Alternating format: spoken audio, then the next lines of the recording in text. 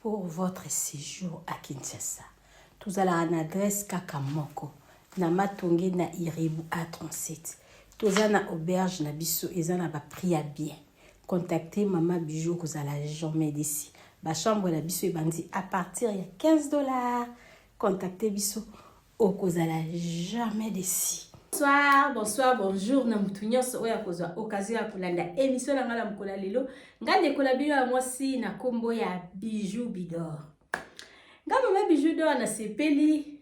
koya kosolola lisusu na babone nanga ko partager na bango mo expérience mukie o tozala ngo na monde ya kotonga. Na monde ya ba immobilier na lobaki na lobi 2026 oyo. Donc, mekana nous kosolola na ba abonné na nga mukie parce que na zo rappel ba question mususu na ba privé pourquoi pas na ya kosolola na ba abonné na nga mokili mobimba ba mona mokili mobimba ba yoka malgré tokoka kate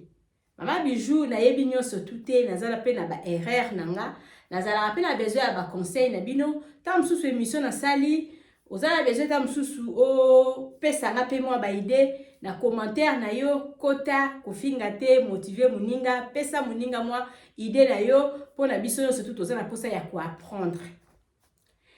na vanda ki na ngai ndeko mosi moko abenginga alobi Maman Bijou émission moko uti ko sa la biso pona koloba la biso kotalisa biso pourquoi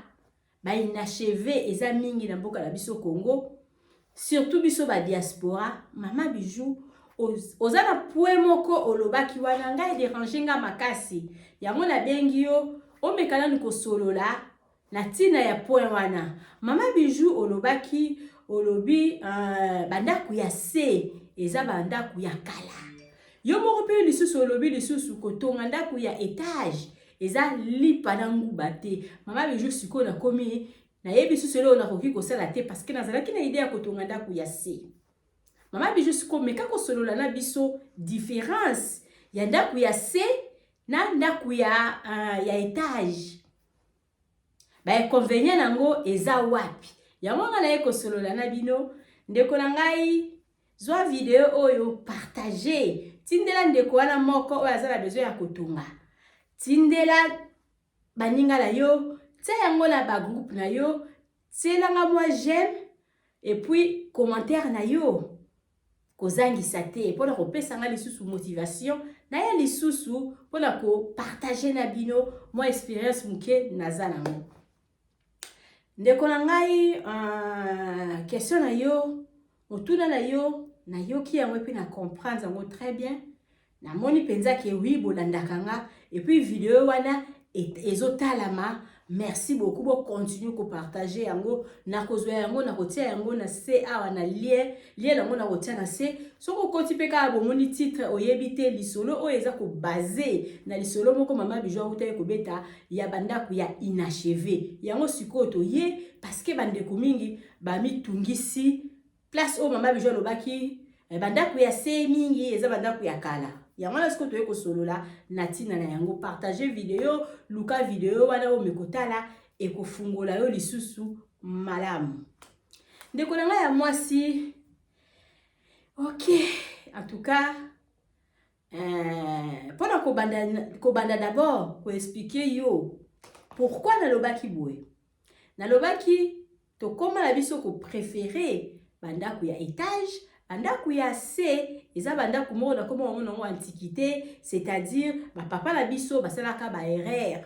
Ba papa la biso basalaka ba erreur akokoza na ndaku na eta msusu ya 20 mètres sur 20 akokoza na ndaku na eta msusu ya 10 mètres sur 10 ndaku munene. Alors sala nini aye penza na ndaku munene penza ko na katikati ya poza ngo boum ndaku ase. Tala ndaku munene eta msusu 3 chambres salon cuisine bureau na kati atieta msusu magasin talaka bakatela ndako etondi olekele ko poser ngota msusu na mokwe moko boye atika espace non aya atia mpe na kati boum o nyonso to etikali ba parking. Donc pona ye amoni ke za résidence na ye ndako na ye ekoki bongo wana ezaki ba boule na bango et puis papa ya kala bazaki na bambongo na bango bazaki na batu ebele ta mususu pe azana ndako na moko te soko zana bandako ebele okoki pe kozwa résidence ta yo moko okusali na bongo problème ezala ngo te mais biso sikoyo lokola tozana biso ba femme d'affaires biso sikoyo lokola tozotonga bandako mpona biso kwa tokende kolala te wana mpona nga mama bijou na babenga ngo ezali faute ezali échec ezali penza babengaka donc je sais pas faute munene na doche balobaka fela kozwa ndako na lopango na yo ya munene ozwi ka ndako moko otie ngo na katikati boum otie 3 chambres salon cuisine otie ta mususu magasin na ona nano bureau na ona kati et puis c'est fini ovandi bongo vi na mobimba o nyonso tout mususu ba garage ndako munene mais ozana terrain ya munene o utiliser ngo kana ndako moko okokai pe kozwa kafumba na ndako na wana omemi yango pe na coin osali 3 chambres salon cuisine moko pe ya bien et puis nyonso tu etikali bokoki kosalela ngo lisusu bandako yango na biso sikoyo génération na biso totimbela makambu tokoma komona ba wana eza nango ba échec donc nazongeli lisusu soko ozala bandako na yo ebele ozala posa osala ndako moko ya bongo bandako yango mingi ezala na bangiringiri omona kaka fumba na ndako ta musu 3 chambres salon cuisine basukisaka ya bongo modèle basala fondation nango jamais bakoki kolongola batole batia dalle bakule non il faut kosombi ndako abo il faut kobuka ngo tout olalisi yango penza nyonso après obandeli parce que ezalaki bagua ba papa kala baguna biso ezali lisusu bongo te na otalisa bino sikoyo avantage ya ndako ya étage après des avantages nango pe ekoya et puis na otalisa bino lisusu ba avantage pe ndako ya C et puis des avantages nango eza ba modèle onga na uti koloba to bandino na ndako ya C bandeko e bandako ya étage bandeko ndako ya étage batui ba koma sobo na bango katakata biso na bama tonge tozala na bandako je boye ceci ezaka 7 mètres je pense pesa 10 mètres ezaka 7 mètres apamba boye ndeza mulai boye ezalaka 14 mètres boye ezalaka 7 mètres apamba siko na ka 7 mètres na ya pamba wana bamindele basalaki nini parce que bandako na biso na baba tonge wana eza lokola bandako ya babondal eza ba onel ya bamindele bamindele basalaki ndako basali 2 chambres salon na mwa cuisine na sima na cuisine na sima toilette pe kuna na sima esili siko na 2 chambres salon cuisine wana soki d'abord ozala ebongi kala batu ya oyo ta mususu couple moko baza na mwana moko so za déjà ta mususu bana mibale baza 2 sexe e bandi kokota déjà problème o ba kokate bandako nezaki bandako ba mindele ba bandaki kotonga et puis na munene nango déjà eza soki 7 mètres sur 14 mètres moyen ya kosala ndako ase ou bien au sala lango commerce et kozalate il faut ka kosala ndako ya étage ndako étage eza na avantage parce que okozwa ba place ebele okoki kosala ndako na yo nde tozosala sa ba misala boye okoki na ope kolemba olobi te na ki kovanda na ndako na nga moko ndako na nga moko wana na kovanda na vandi na nga ta mususu na se likolo na tie locataire yango wana nde avantage ya bandako ya étage kaka ndako wana ta mususu ya 7 mètres kaka ndako wana ta mususu ya 10 mètres na koki kosala nango pe ata 5 appartements so naza na mbongo na ngai c'est-à-dire na koki kolandisa ngo boye matiti likolo avantage nango yango wana okoki kozala de lelo olembi olobo vana na ndako na yo ovana na ndako na yo ozala kana bezo ya mbongo tongo ozala kana bezo ya mbongo po idea koteka ngo eya te osali ndako na yo ya étage obandika ndenge na yebisaki bino obandi nanu na oyo ya C osilisi oyo ya C esili kitoko otie na yo ba locataire après obandi komata na yo lisusu d'abord avant kosala bongo il faut fondation na yo ya C ezala déjà préparé pona ndako ya niveau oyo yo lingi soko lingi de niveau bakiti na de niveau na yo oyo yo lingi soko olobi na bango pe 3 niveau ba ingénieur ba yebi akokita pe na niveau pe ya 3 niveau Soki osali erreur na ebandeli, osali fondation moko ya ndaku kaka peut-être ya premier niveau. Ozala na choix te otikala kaka wana parce que soki osali teti ndaku na yo eza na risque ya kokweya. Yango tozomona ba immeuble mingi omona immeuble batongi après immeuble kwei pe ta mususu patron azalaki sololaki bien te na ingénieur na ye tam so ingénieur na ye ou bien na ingénieur na ye ba maçon na ye balandaki ka ata lokoso ya mbongo bayebi na bango ke bakita na bango mingi te mais ntango patron na bino apropose bino te ndako na nga bomata na 4 niveau ali bino napi bomati na 4 niveau après kosalisi mutu fausse affaire un jour ndako wana ekoki nango kokweya. Alors ntango ozosala na yo ndako na yo ya étage na lobi eza na avantage parce que okoki kobimisa baporte ebele soki ozali na ndako ya mokie mabele ya mokie na mabele na yo ya mokie wana okoki kosala ata de niveau na yo ozomona ke okozala bien eza lokola obakisi ndako mosusu nga namona yango eza lokola osombi ndako mosusu. Mabele wana ya likolo wana outiliser yango par rapport otika yango dans le vide parce que ezali ya yo outiliser yango avantage nango yango wana tokene nango nde malembe tosilisaka étage moko avant to banda na ba étage wana toyebi ke fondation na biso ezali solide après to bandi kosala musala na biso tozokene nango malembe selon ezoli na biso so ozala ezoli na yo ya ebele obandi komata na na niveau na nyonso to lingata tina di niveau eza makasi ya mbongo na yo. Avantage nango ezali kaka pona eza kopesa biso accès ya kozala na ba porte ebele. Eza kopesa biso accès ya osala commerce na biso kitoko. Ozala porte moko, ta mususu porte la moko, oningo futi sa ba locataire, 2 chambres salon cuisine so salon kitoko ya wow. Donc okoki pe ko futi sa peta mususu $500 par mois. Mais si soko bimisi yango 4, okomi na combien? Okomi na $2000 par mois malgré oko dépenser ebele pona kokomisa yango tina 4e niveau wana. Mais avec le temps omona ke bambongo na yo wana ekozonga eposala eloko moko ya malamu. Donc yango wana avantage ya bandako étage tokoma koboya kotika mabele wana vide o ezalaka likolo toboya kotika yango vide tokoma ko profiter ko matati likolo. Yango wana nde avantage nango. Des avantages nango eza kaka ndenge na lobaki makambo ya ba inachevé, c'est-à-dire oza na mbongo te olobi te parce que namonaki songolo wana asalaki ndako étage nga pena ya kosala ndako étage obandi mbala moko 10 000 na bandaki koloba kaka eza na koka ba chiffre mo bandaki koyela nga na munoko jamais ndako ya ta ya niveau moko kokosi sango na 10 000 eza nango mukie 10 000 esila biso kaka ata mususu na fondation ya C nde 10 000 ekoki osila yo ça dépend pe ya munene ya ndako na yo oyo lingi. Donc 10 000 esuka kaka na C.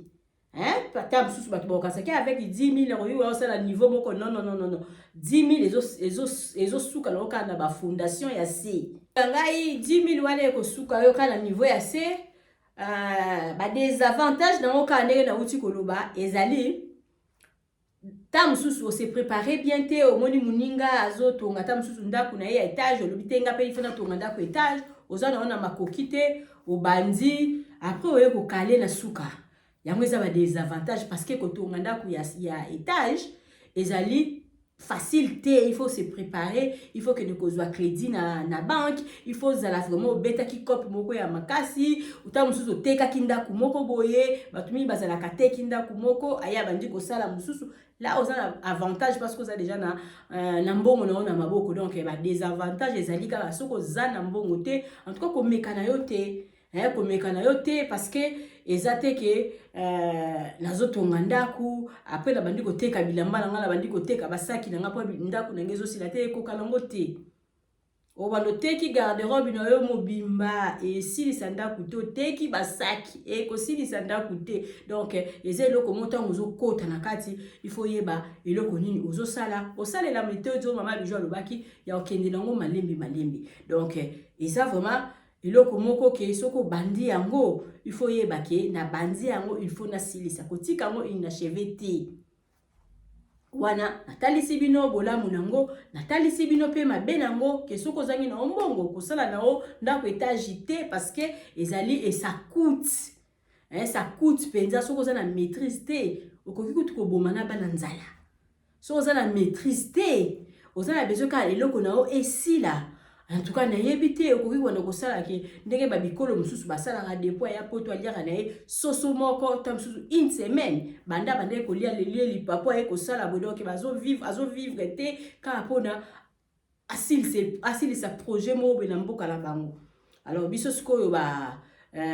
congolais na congolaise to sala biso na makambo na te ngala ozala ta nazo tonga jamais na koko boma bana nga nzala ata nazo tonga jamais na koko komi boma nga moko nzala sauf que na kosala ba folie ya buzoba te ba folie moko boye o na moni ke ko porter na ngai eloko te na osala mote na koki ko vanda ka te nazo tonga na ngai nazo nazala projet moko il faut projet na ngai sila na vanzi boye na ki osomba sac à 2000 euros na ki osomba sac ya bijou na koki kosomba montre na koki kosomba na sombi montre na nga ya cher ya 2000 ya 3000 oui na yebi ke na koki kokende kozongisa ngo soki naza na problème na ozambongo na nga mais ezate ke osombi sa comme na ba folie moko oyebi ke ozala projet moko ezo osenga mbongo mais ozo kota na ba folie ya buzoba ya osomba ba sac ya osomba bilamba ya osomba ba kabelo ba nini wana oyebi eloko oyo ozolinga te parce que mutu soki abandi kotonga en tout cas ata omi kangi makasi te mais il faut zala vraiment na ba benga kangoni il faut penza oyeba ko mi gérer malamu pour si sa projet na pour ezala na inachevé te pour au chafer pour au réussir projet na yo il faut se retirer na ba makambo mususu ya buzoba wana sikoyo pona makamanda ko étage nga pona ngala mona ngo waouh en tout cas na mona question mutu abeti moi des niveaux na waouh par rapport au salanda kwa C donc c'est ça et puis sikoyo to kotina makambo ya ndako ya C ndako ya C eza très bien kotonga ndako ya C eza kitoko eza nango vraiment la dépense te au sa ndako na mo ya C et puis ozana mutu pas cité mbala moko une fois c'est fini au vandi na yo mais na yaki kotali sabino des avantages nango na sens que lelo okoki kolobo ke kovanda na ndako na yo okene kovanda na ndako na yo et puis ovandi kala na kati ya ndako na yo ezokotisela yo eloko te mpo na nga nakomi komona ngo ça sert à rien au moins que soki ozala bandako na yo ebele ndenge nalobaki liboso okoki kosala ndako moko boye osakrifie yango bongo ndako na yo moko boye ndako moko ya monene piscine na yo ovandi na yo wana okomi déjà na bambongo ebele ozala ba entrée na yo ebele mais soki entrée eza ebele te ozala oka muta business lokola mama bijou de préférence ndako na yo wana ya se oyo lingi kosala soki oza na terrain na yo ndeko na ya mwasi soki terrain na yo eza ya monene na préféré sala na yo ba pavillon oyebi ba pavillon bandako oyo ezalaka ya boyeboye kompo osala yango ya se mais olandisi yango bongo olandisi yango ba appartement olandisi yango ba appartement déjà à partir à 20 sur 20 na bandako na biso tozosomela bakinkole okokosala ba appartement na yo obeti ata 4 portes na yo ya se bongo ekozala kitoko ekozala wow par rapport au sala ndenge bapapa ya kala babandaki kosala ndako na katikati ya monene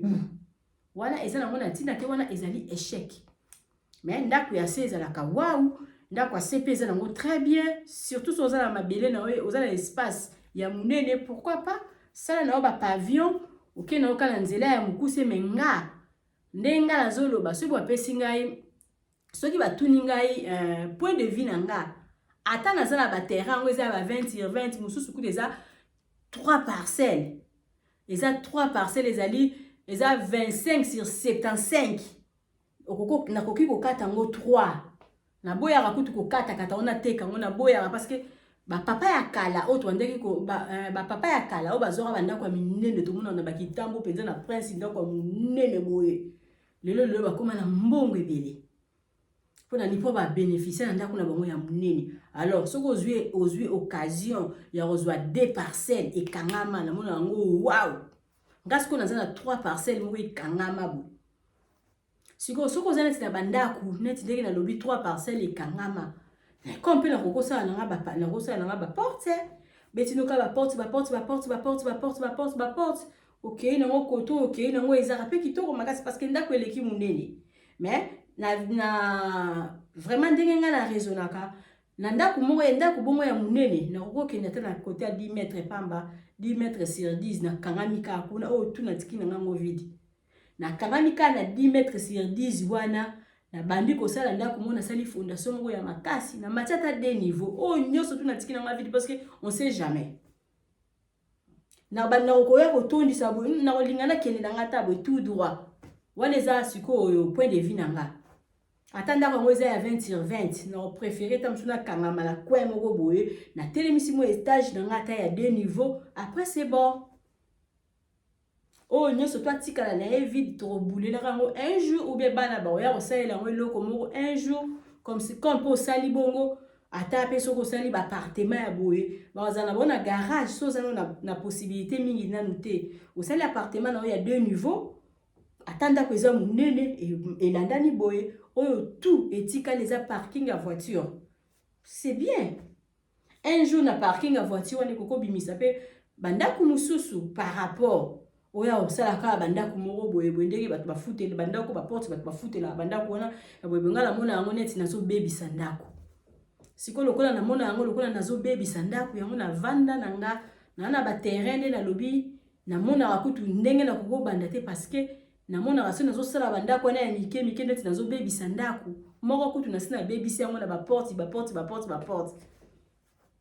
namona yango mpo na nga namona yango neti nabebisi yango bandeko na ngai donc ndeko oyo tunaki mama Bijou motuna oyo soko oza na besoin otonga ndako ya se oza na yo na espace conseil ngai mama Bijou na kopesa yo oza na espace na yo kangama na yo na coin moko osala ndako na yo ya se ok pe na coin osali ndako na yo moko ya se et puis tika terrain na yo monene koya na ndako na yo na ndako na yo ya se wana na kati te na kati boye na yo na kati boye nga namona yango neti obebisi lopango mais soki oza na bandako na yo ebele olingi osala résidence na yo moko ya bongo tu es libre mama Bijou alobi nga baconseil na pesaka ezalaka à prendre ou bien à laisser tu es libre ya osala ndako na yo na guna yo comme pe ndako wana ya katikati oyo ozosala otelemisi yango boum nazongi kaka na ndako etage ndako otelemisi na katikati boum kota fondation na se matisa yango ata un niveau ti carré de chaussée premier niveau okobénéficier soko olingi osala ndako na oyo ya monene bongo olie otia batole kotia batole te kule yango na avenir omati en tout cas nasi bolandi mwa vidéo nanga nalingai kana répondre ndeko nanga ya mwasi question na yo tunaki je pense ozwa réponse soki o comprendre te mama Bijou alobi ndako ya se eza mabe te eza bien pona ekendeki rapide ekendeki vraiment rapide na mutu azosala ndako ya étage na oyo ozosala ndako ya se ya yo ndako na oyo ya se et aussi là okoti ovandi mais mutu azosala ndako étage azokende ti bambula na bambula donc avantage ya mutu azosala ndako ya étage ekozala un jour yo ovandi na se ovandi yo moko ye likolo na yo atie locataire ye siko aza na avantage koleka yo yo pe siko soko oza na ndako na yo oza na posa osala ndako ya se oza na terrain na yo ya monene mama Bijou alobi kende na coin moko sala ndako na yo ya bien ya kitoko après tika mabele wana ezala vide un jour okoki kobulela yango pe obimisa lisusu bandako mosusu. Je pense que tout se comprendre. Bozala toujours na Bidor TV, bozala jamais d'ici. Mama Bijou alobi, nazo zonge la bino lisusu eza bandeko mingi batuna na biso. Boloba poto pasi, mais pour la nini bozonga kate. Naza na question ya ko répondre bango. Yango soko ozali na besoin ya ko landa. Réponse au mama Bijou alinga pesa bato balobaka na biso bongo. S'abonner, fina croche wana notification. pour na émission wana o raté yango te puis ba émission tout na banda kotia ozalaka wana 2026 oyo tokotika ba secret pour na biso moko te to banda ko partager yango oyo nyeso tunga na yebi na koya ko partager yango na babone nanga parce que na lingi biso surtout tozala na ba évolution mama Bijou alobi nde mabe ya batu oyo balandaka eloko eza ya yote biso tuna mokili tobotama te mpona tozala ba commerçant ou bien ba commerçante mutu na mutu azana oyo nzambi atia kati na ye donc biso tout totika misala na biso poto ke kosala commerce ba docteur il faut bazala ba cuisinier il faut bazala banani lisusu ba avocat il faut bazala tozala na ba problème to kimaki pa na bino et puis ni mutu na mutu il faut zala na métier na yo métier na yo zala na yango kangama na yango linga yango biso ba auto banda ba commerce bana nikie donc ezara vraiment nde na makila parce que eloko esala biso ko bima musika soko za na gérant ya malamu to be gérante ya malamu te musala ekufi donc mais tozala na commerce ya makila donc eza eloko oyo ngana lingaka yango mais lingi koloba te ke yo soko landa mama Bijou alobi te olieli kelemba faut ça na commerce kolanda nonga ya 100% te parce que so yebi no commerce te 10 000 na oyo kokweya kolanda na yo ngai te mutu nyoso to aza mutu a commerce te mutu nyoso to aza mutu a commerce te soko lobi mama Bijou 10 000 wala lobaki so nga na lieli kelemba faut na sala nango commerce okoya kozonga na $1000 et puis komi ko régler te commerce eza ya ba kolo dango commerce eza ya ba commerçante soko oza commerçante te oza commerçante eza pasi pona yo parce que obotama na yango te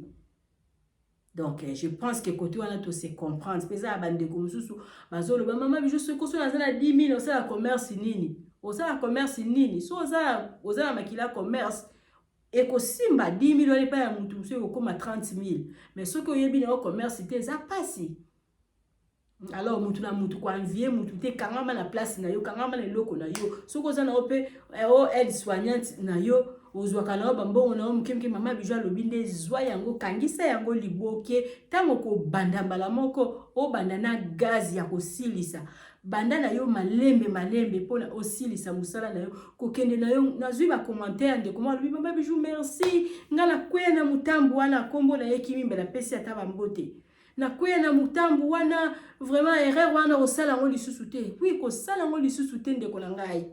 mususu pa lobi mama Bijou merci parce que ngape na bandaka ndenge yo lobi nga na banda na se nazo mata kutu nazwa ndaku na ngai ya se sili oya likolo kutu na sina zwi soki ba garantie ba tout c'est ça donc ozala mbongo mukie banda na yo na eloko moko peka ya mukie ndaku na yo wana mikonzi mingi na mboka na biso ya Kongo basala abwe asomba ndaku munene azotonga na epe étage mais asilisa 2 chambres salon cuisine moko ya wow 2 chambres salon cuisine wana ayaka na epe kovanda wana ou bien okoki pe kotia 2 chambres salon cuisine wana batu otiena no bandino na 2 chambres salon cuisine moko ya C locataire a okota anatanda azofuta na ye mbongo anatanda yo pozo balola mbongo zo bomba mbongo tango kokende yakambala moko na ideke nazo banda na niveau nazo silisa niveau yango donc eloko na lingaki ka na bakisa yango na commerce eza ya ba commerçant soki mutu aza na auberge na yo lobi te lokwa mama Bijou aza na auberge ngapi ifona ke kosala auberge ebi ba pasi ninga na mona rapona musala wana te oyebi ba difficulté nini eza na kati ya musala wana te bato ba yaka yeboye abengi yo alobi na yo na ye mama Bijou nazo luka place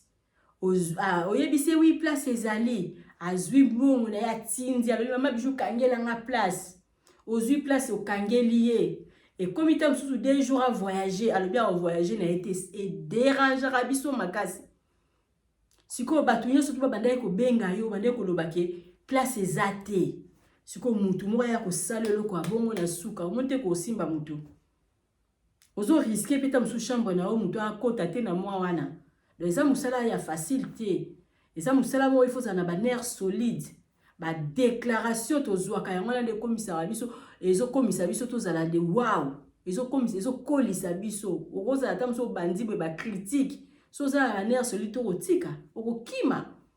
biso tokutana na oyo ya baminene mais tellement toza molende toyebi eloko tolingi yango tozalaka ntina lelo soki ozongaki na ntango tobandaki siko okendeki na auberge na biso okei lelo na sika ozokota bolobi en tout cas mwana mwasi asali mosala okomona changement ezali na esaleli ya misala toko changement parce que chaque critique biso tozokola chaque critique biso tozolinga tobongisa mais sikoyo yo ta mosusu ozala critique moko oabandonne donc mutu na mutu aza na mosala na ye kolanda te mpo na ndeko wana azalaka na baflat kolanda te mpo na ndeko wana non yo sala ndako na yo luese yango na bato te ta mosusu bafutako chaque mois eza nango na mutu mpasi mokie par rapport oyo ya biso soki ozwi batravailleur ya mabe baosala oyo mpenza bambala suka bakozalaki bachambre eza vide bazozwa bato bazotia na bachambre bango baolia mbongo yo olia mbongo te yo soki olinga commerce ya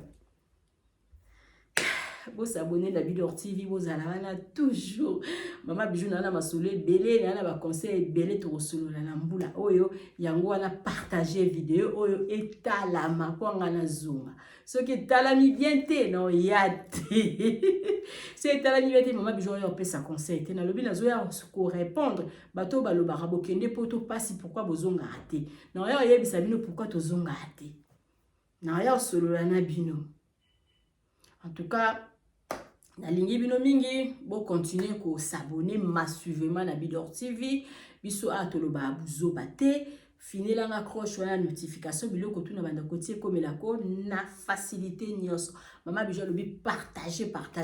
ndeko moko abande ko yebelo ni akosala tazo bande ko yeba différence ya ndako étage na ndako ya CT. Tam sou na moi ba explication o nga la pesi ya koki ko comprendre. Et puis na boya kalanga te soko za na besoin mutuna moko za na besoin tam sou to beta li solo moko po yo comprendre zango bien. Bengi nga na numéro ezo bima pona auberge na biso eza ba numéro na nga moko benga nga ozwanga o tuna nga question soko lingina ya kosalela yango émission na koya kosala net lelo boye na kosala émission pona ndeko ya mwasi abenga kinga pona koposer nga question. Mama Bijou lobi so za pena lisolo ba beta lisolo moko ya yo lisolo moko yebi sauf ya ba polémique sauf ya kofinga batu parce que epa na biso to finga na te biso to kotaka na ba polémique te donc lisolo moko ya bien oyo ekoki kopesa batu mayele oyo ekoki ko éduquer batu pesanga na obetango numéro na nga eza wana olingi po kende congé na ki adresse etikala kaka moko donc ba chambre oyo ya moins cher ezaka epa na biso tu bandi na chambre à $15. Na chambre la biso à $15. Tu as na lit à 2 personnes. Couple beaucoup ta bola la kitoko. Tu as na lit à 2 personnes. Tu as na télévision. Tu as na frigo na 4. Et ça na climatiseur. Cuisine eza cuisine commun au kitana se oki au lambi. So ozui à premier niveau ya baba pa na balcon. So ozui à rez-de-chaussée ba pa no ba vanda kitoko. Et puis toza lisusu na nini na appartement eza chambre salon cuisine. Toza na ngo moko eza na premier niveau, musu eza na rez-de-chaussée. Et puis toza lisusu ni a pas ba chambre ba $15 ba $20 pesa. To koti si ba chambre mususu kutu maya moto po ba dekomi ngala ninga ka usko na maya moto oui ba chambre mususu oyo tozo tonga siko eza na ba maya moto na kati. Et puis na kati auberge na biso kala mingi te to tia internet. Ba do to tia internet ezala wana. Oh Mama Bijou, est-ce que wifi ezali ezokota? Toza kokoba malembe expérience ezo mata malembe donc tozo sala penza ka ndenge bino bolingaka donc avec ba critique na bino yango nde mutu sala Mama Bijou do akola biso to boya na biso ba critique te na lingi bino mingi Mama Bijou lobi to kutani mbala sima partager vidéo oyo pour ne pesa nga courage commentaire na yo na osepela makasi Mama Bijou lobi lisolo na lisolo betama na ndenge nango lelo soko sepelite lobi oko sepela et puis soko lingo kende congé na kin contacter biso sala réservation na parce que tous là toujours plein et pas na biso tozanga ba saison nde bato balobaka o saison oyo ba chambre eza moins cher kitisa Oh, bato vacances, basi bazongi, biso za na saison te. Biso za ka na plein. Hein, so ok, le lobo kuta plein. Donc, tu la ka na plein. Parce que maman bijo sou la bien. Maman bijo sou ozue problème c'est que yo.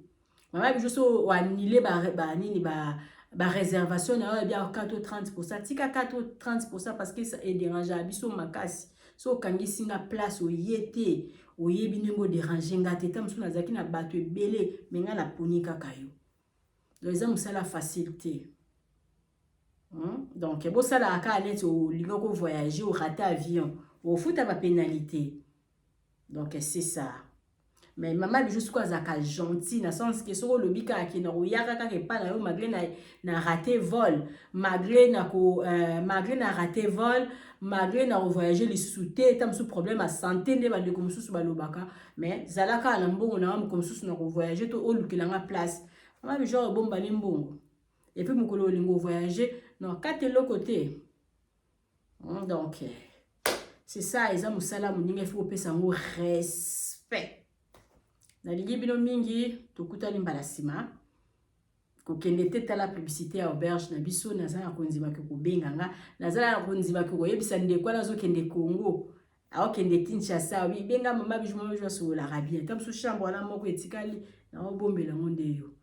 benganga osa la réservation na ozala jamais d'ici chambre na $35 ya kozwango et puis mama bijo le bien à partir ya mois de avril awa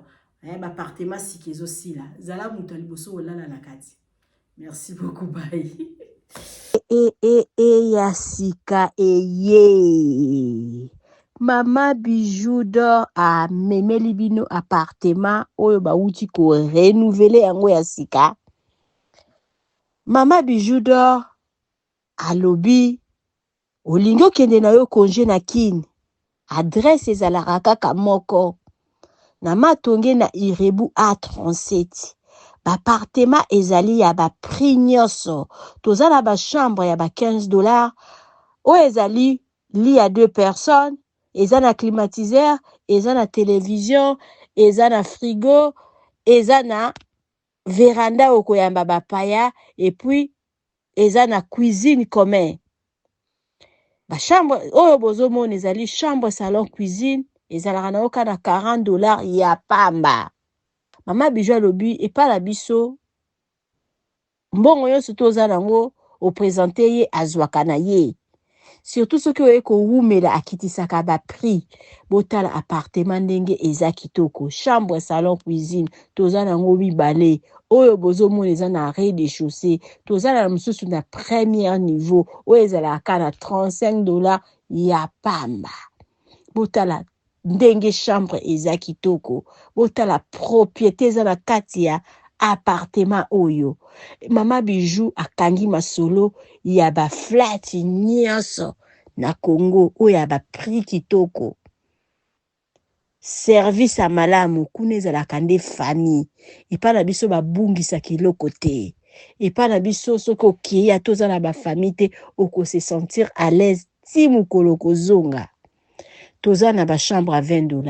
ya $15 appartement ya $40 appartement ya $35 mbongo nyonso za nango Mama Bijou azwaka. Et puis lisusu nini pa na biso bapesaka ta ndambu obandi kopesa ndambu Mama Bijou azwaka na ye. Numéro na biso eza wana contacter biso tala appartement ndenge eza kitoko tala appartement ndenge eza propre to ana problème à courant te to tieli bino panneau soleil to ana problème à mai te toza na ba citerne o ezobomba mai et puis toza lisusu na nini toza lisusu na groupe oke lelo courant eza te bokoki kopelisa groupe na bino. Service eza kitoko toza na ba garçon de chambre o basalaka nettoyage bo contacter biso adresse eza kaka moko matonge Irebu A37 bota appartement na biso ndenge eza kitoko